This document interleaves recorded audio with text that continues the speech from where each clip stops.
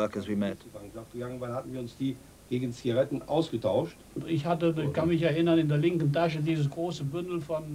I remember that I had a huge bunch of forged keys.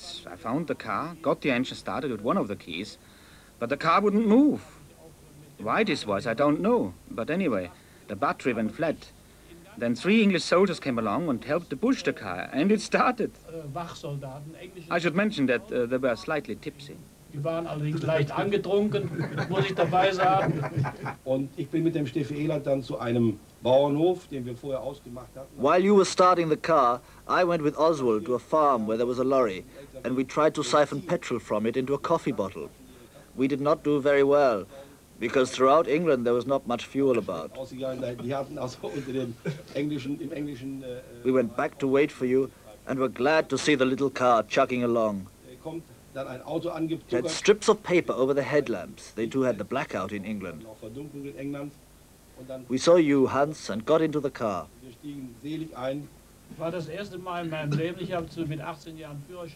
That was the first time in my life that I drove a car with a right-hand drive on the left-hand side of the road.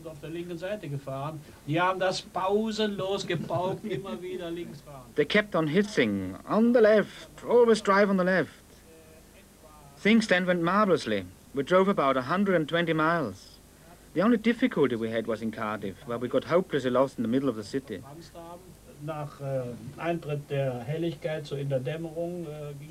Just as it was getting light, our petrol ran out, and we had to think about continuing on foot after failing to break into a filling station. We moved along a path near a farm and then in the direction of a forest, intending to hide ourselves in a clump of bushes. But we were quickly scared off by some cows. Aufwärts in Richtung Wald und wollten uns auf einer großen Wiese mitten in einem Gebüsch verstecken. Until then, I had not known that cows were inquisitive, but I noticed it on that occasion. Bis dahin wussten wir noch gar nicht, dass Kühe neugierig sind.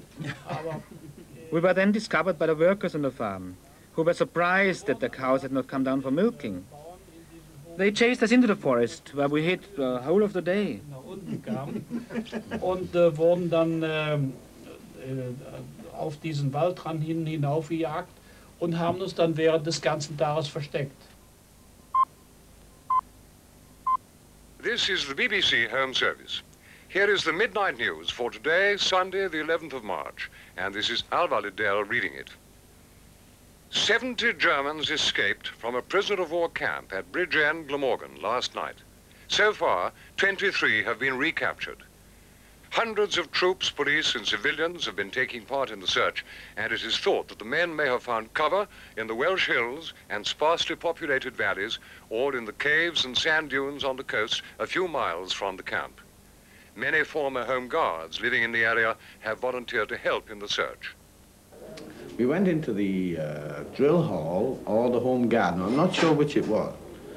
And when we got there, we were told that we'd have different areas to patrol, not knowing that we were going to be issued with push bikes. On the Sunday afternoon, the wife, the baby and myself went for a walk up to Langewith. And as we were leaving the house in Park Street, the Home Guard sergeant rushed on to me and he said, "Ivor, get your uniform on," he said. I said, "What's the matter, Di?"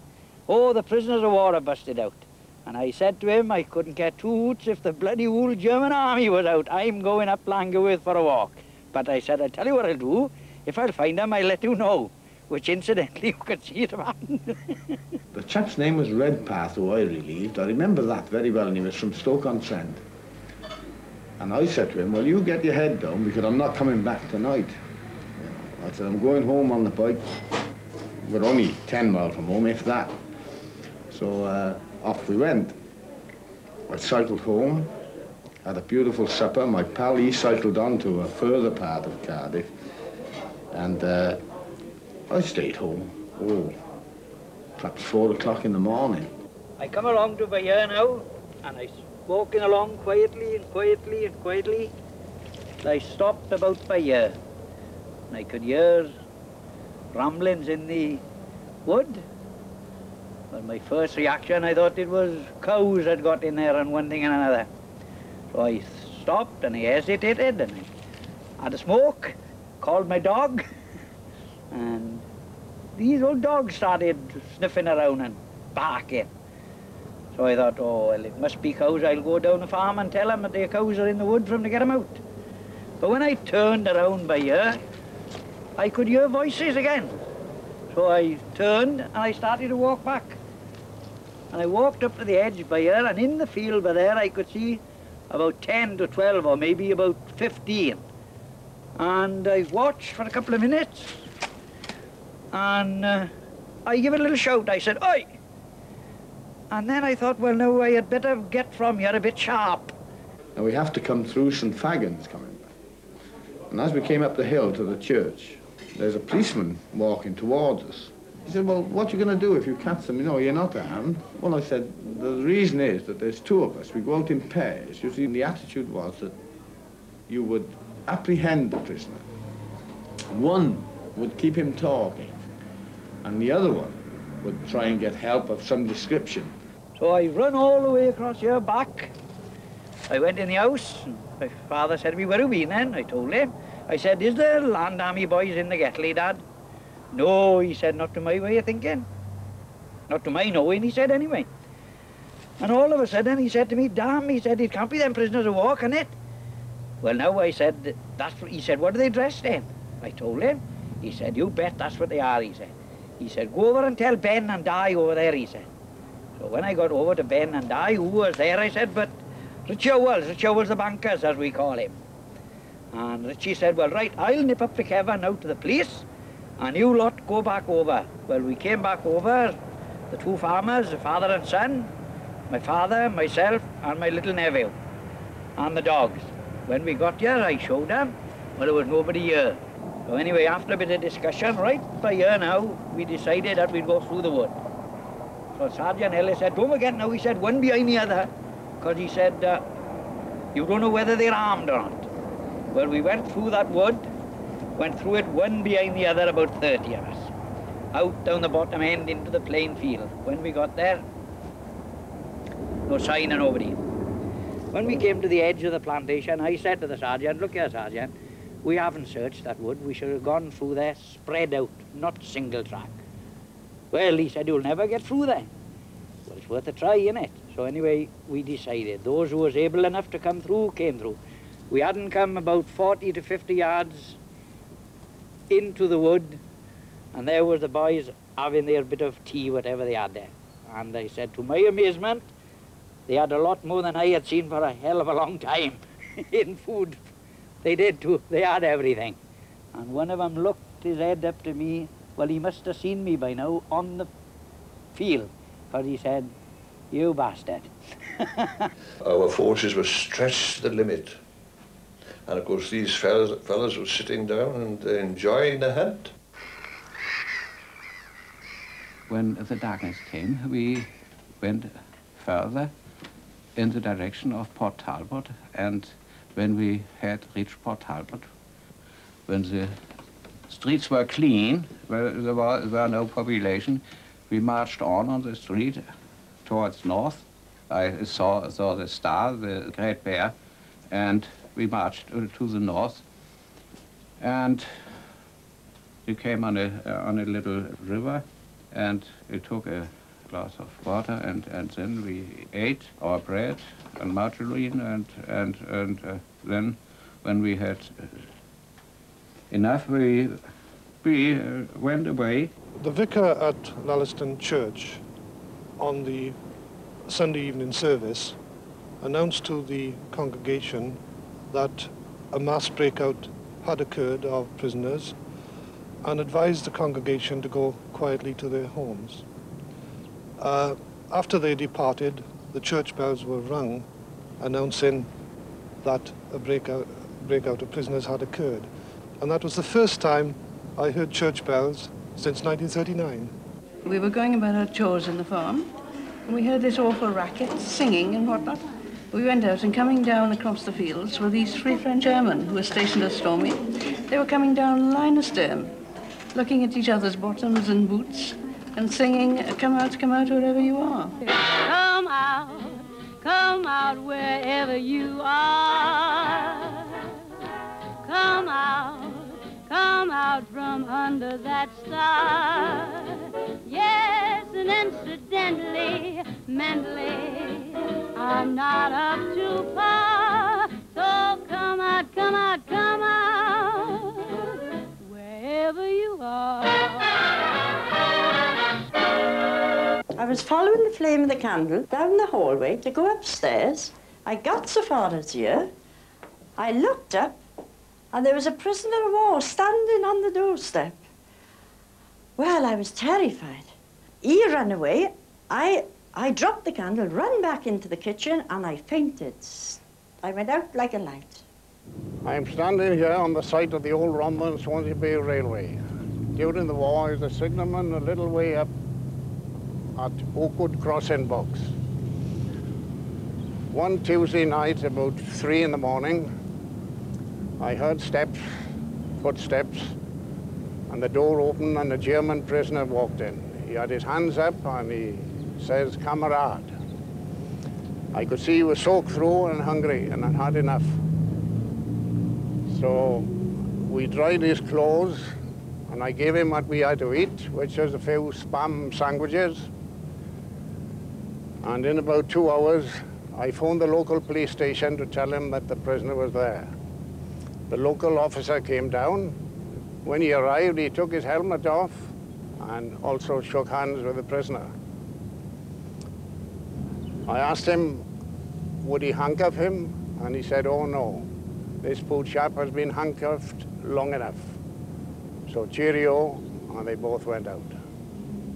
The following night, my sister and I were here on our own, so we put food out for them because we were terrified. The police were here all through the day, the troops were up here all through the day, but in the night we were on our own.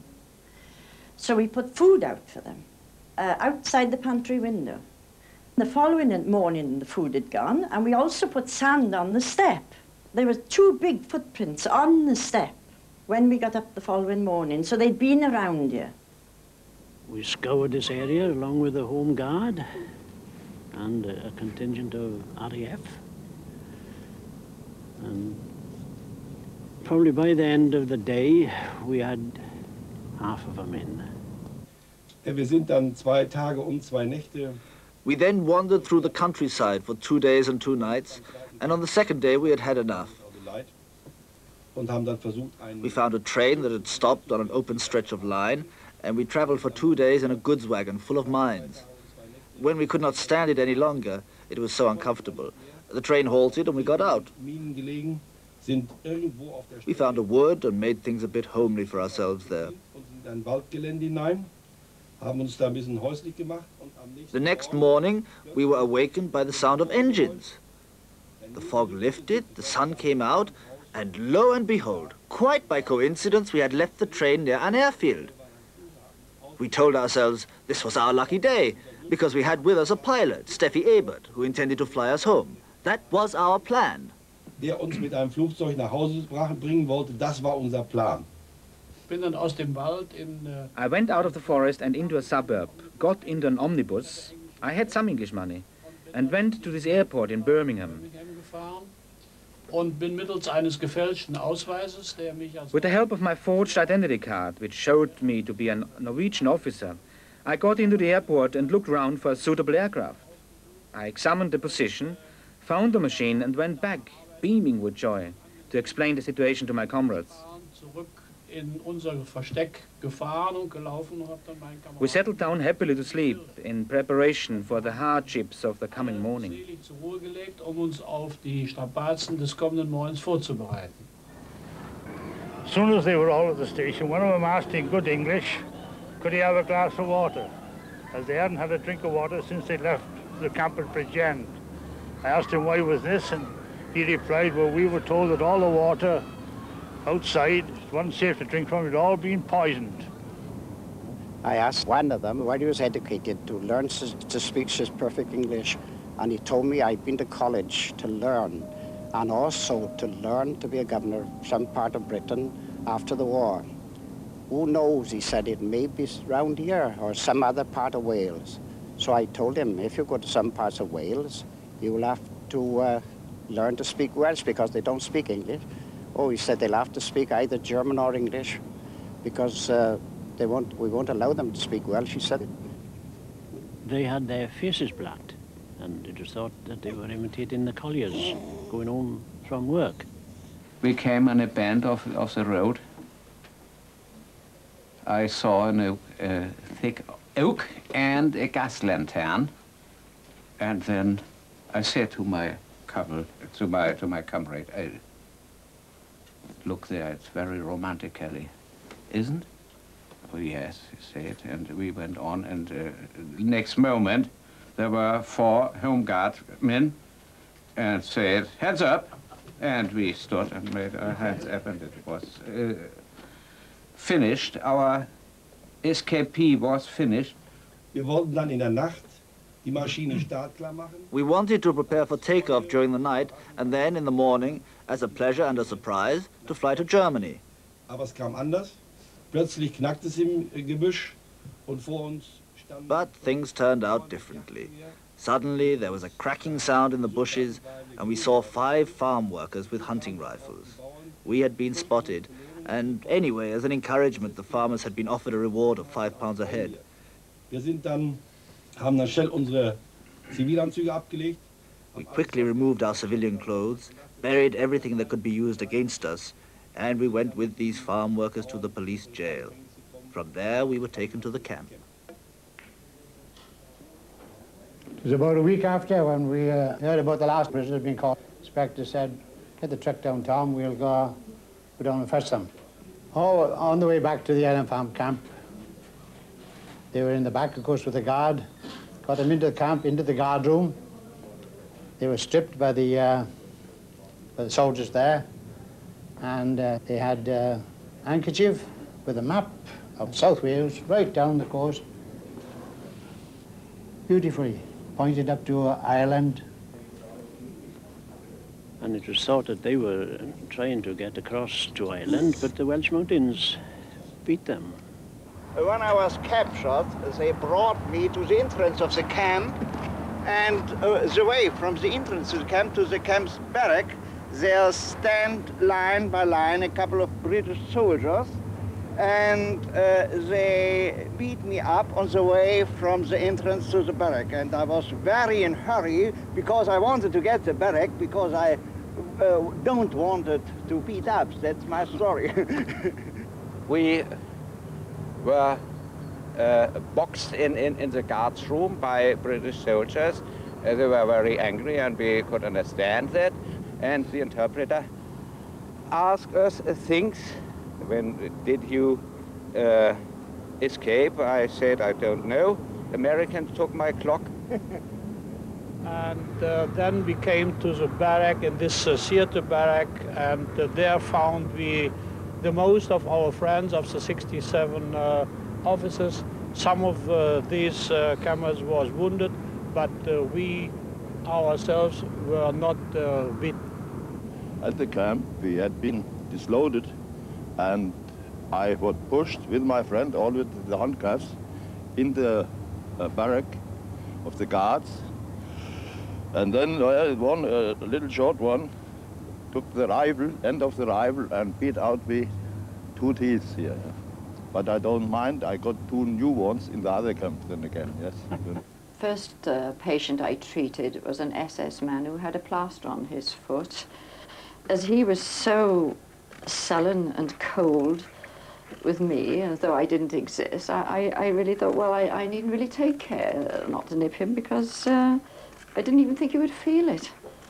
But then I thought, well, if I were in the same position, having planned for weeks to escape and had all that misery of making a tunnel, and then when you did escape to be immediately caught, I felt perhaps I would adopt the same attitude through fear or fury or something. And I remember what my mother had said once during an air raid, sort of looking up in the direction of the aircraft. She said, oh, well, they're some poor mother's sons. We had to tell our story, every one after the next one, and he asked me guilty or not guilty? I said, not guilty. He said, okay, 28 days. And my friend said, okay, guilty. Okay, 28 days. That's the story. I got a kick in my after, and I stood in the middle of this theater room. Then I looked after me, and I saw the piano. And I went to the piano, and I played my Heinzelmännchens Wachtparade, a piece I played when I was 10 years.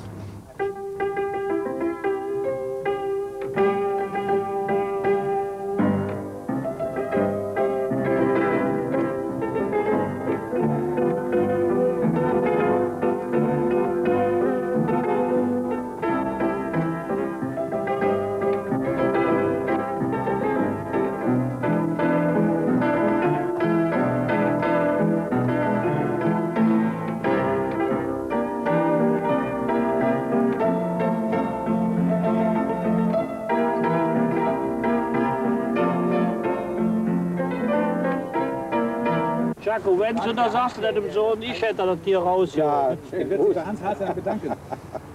Das Souvenir. The son of Dr. Schallenberg did want, he should bring some little bit of that earth from the tunnel, you know? The slime. A little boy. A little boy. And I want to see a little bit of that earth we digged out in the tunnel.